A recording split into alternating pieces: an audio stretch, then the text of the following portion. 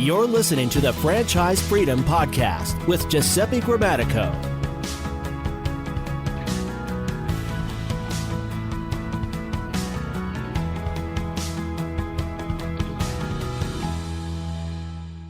Welcome to the Franchise Freedom Podcast. I'm your host, Giuseppe Grammatico, your franchise guide, the show where we help corporate executives experience time and financial freedom via franchising. Thanks for joining us today. Today is actually one that we came up with the title as well as just a subject for the episode right prior to recording here, as I was just top of mind as I had this conversation earlier this week.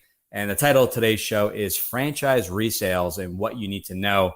And that topic has come up quite a bit. So I said, why not tackle it today? So franchise resales, what are those? And those are, and this is an important topic because you, when you own a franchise, at some point you have an exit strategy, and that's to sell the business. And sometimes that's where a bulk of your wealth is coming from, or the money you're making from the franchise, where you're getting some type of multiple. Maybe is it 2, 3, 5 plus times seller discretionary earnings or EBITDA. There's different ways of evaluating a business, and that's not the purpose of today. But so when I do work with each and every candidate and we figure out a list of franchise brands, we'll always look to see if there are resales and or new territories in that specific market. And is there advantage of a resale? Sure. Is there advantage of a new business? Yes. So it kind of works both ways. And the key thing here is when you're, number one, what we've seen, maybe I'll take a step back. What we see is that when someone buys a franchise and decides to sell, usually it's recommended that they go and sell to maybe a neighboring franchisee, because that is going to save them some money, not having to pay essentially a broker fee. There may be a transfer fee, less training involved because they know the business. So if they're in a restoration business looking to expand, they don't need to necessarily go back to training. They're essentially buying that business, that territory, that book of business, and continuing the relationship with the franchisor.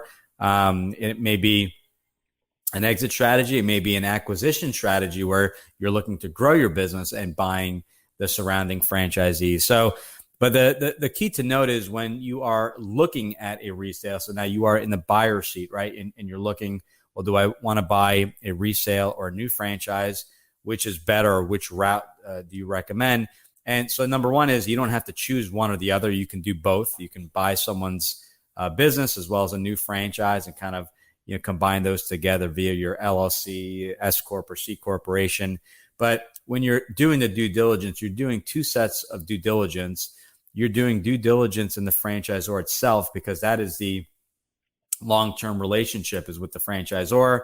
The person selling you the business, they may stay on for a couple months and you may not hear from them again, because you're taking over their business. They're just helping you maybe make the introductions to the customers and the staff and things like that. But you want to do that due diligence, but it's also equally important to do due diligence with the franchisor, because they're going to be supporting you. The royalty is going to be going to them. They're going to be doing training and support. If you have any questions, they're going to be your go-to. So you're really essentially doing due diligence on both. And, I talked about this in some previous shows, but is there advantage of a resale? There could be.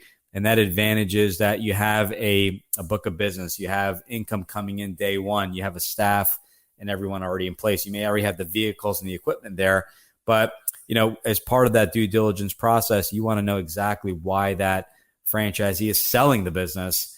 And not only why are they selling it, but doing your own internal investigation and looking at reviews on, the various websites that provide. I won't go through each one, but various websites, not just one, and look at the reviews, making sure customers are happy and you're not just getting complaint after complaint.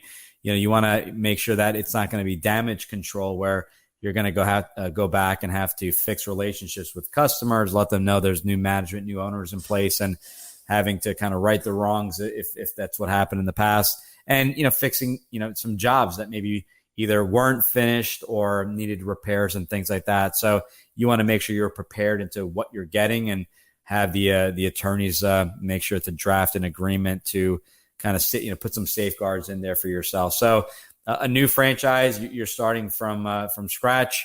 The validation, you'll be getting a chance to speak with existing franchisees to get their feedback, but you're going to be hiring your staff. You may have a different process. You may have people already in place that you want to hire. Customers, well, you won't have any because you're going to be starting from scratch. So, but usually the investment will come in less. So the advantage is that you'll save some money and start it on the right foot and not have to go back and do the due diligence of another business. But in some cases, you have a brand that is more established, and that brand has less openings or availability with their franchise. The next territory may be 2 hours from where you currently live, and you come across a resale, which happened to a family I was working with beginning of this year, and worked out great. So really, 2 sets of due diligence. You want to make sure that you get to know the franchisor well, since that's going to be the long-term relationship. You want to get a clear understanding of the current business, why they're selling. Look at reviews, talk to customers, make sure that payments weren't received as down payments for future work to get done. If that's the case, that money needs to go to you, since you're going to be finishing off that work. And you want to make sure, as far as the business goes, if it is a more robust business, that the market isn't oversaturated as well. If the average franchisee is doing X per territory and you're at that point and exceeding, how much more market share is there? Is that franchise, that resale, really kind of at capacity? So is it worth buying and maybe adding a new territory that you can continue that expansion? So things to think about in the resale process. I have people that just look for resales, and then when I show them some resales, or maybe there aren't any resales, because we do tend to see less and less because franchisees are buying from one another. They're shocked that, okay, well, if I go the new franchise route, new territory, how quickly they can get up and running.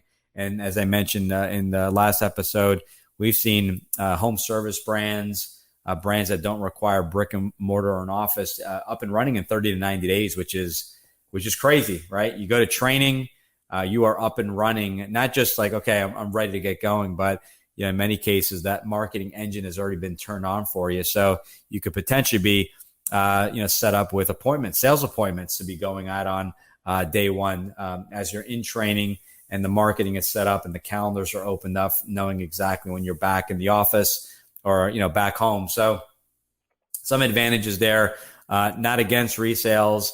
It's really kind of, okay, what are my options in the territory that I'm looking at?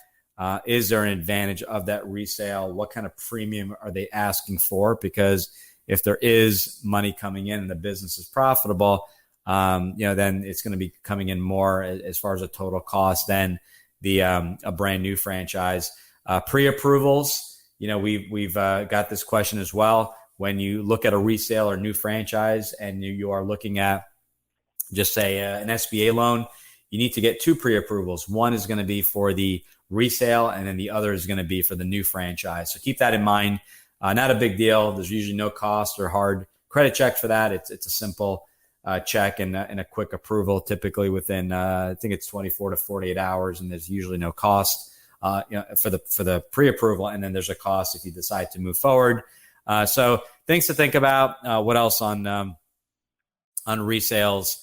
You want to make sure to interview the staff, making sure that they're a good fit for the culture of the business. Obviously, you want to get feedback. You want to talk to them, meet with them, see if they're happy, with their role in the position.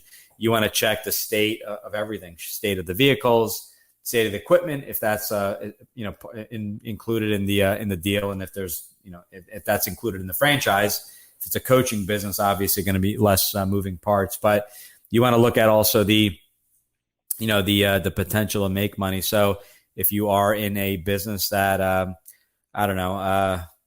we'll see what kind of business, the coatings business, a business that restores the vinyl siding and soffits and gutters, as well as the roofing. If you have, a couple hundred customers that you've serviced, and now you're offering, which is one particular brand offers, a cabinet resurfacing and refacing via this, proprietary technology. You have the ability now to potentially upsell 200 customers that you've done work for in the exterior of their home to do their cabinets. So, that won't be necessarily reflected in the financials, but when you look at the customer list of what you're getting, and you go down the list, you maybe call some, you find that they're happy. That's an easy list. I call it more of the lower hanging fruit, where you have 200 people you can go to and potentially upsell your cabinet services. So it's a good 1-2 punch. It's an introduction, to the new owner, as well as finding out and seeing if they would be interested in other services. So resales, there's definitely a place for that if you could find them. People ask me all the time, why don't you have more resales? And I said it's because they're being sold amongst each of the franchisees. And you'll definitely understand that as you buy your business and go to exit, and the potential savings of going that route. It's much smoother, saving you quite a bit of money. So hopefully that's helpful. A lot of resales, when I work with families, I kind of dig up and I make contact a business or one of the development managers for one of the particular franchises that may not have any resales. And I'll come back and say, well, are there any potential? And they may come back, which has happened before, and said, well, so-and-so in this part of Kentucky was talking about retiring. Why don't we give them a call to see if they'd still be interested, and find out that they actually are. They're going to need a little bit of time to transition and get all the financials together. But you start to dig up potential resales in the area, as well as people at some point are going to be looking to do something with their business, whether it be selling it, pass it down to those previous generations. Maybe it's their children, their grandchildren, but there's some type of exit. That event that really you could reap the benefits of all those all that hard work and all those years of really working that business. So hopefully this is helpful. Getting into the ins and outs of resales, we can definitely talk at length, but there's obviously, looking at the financials, looking for other things such as growth year over year.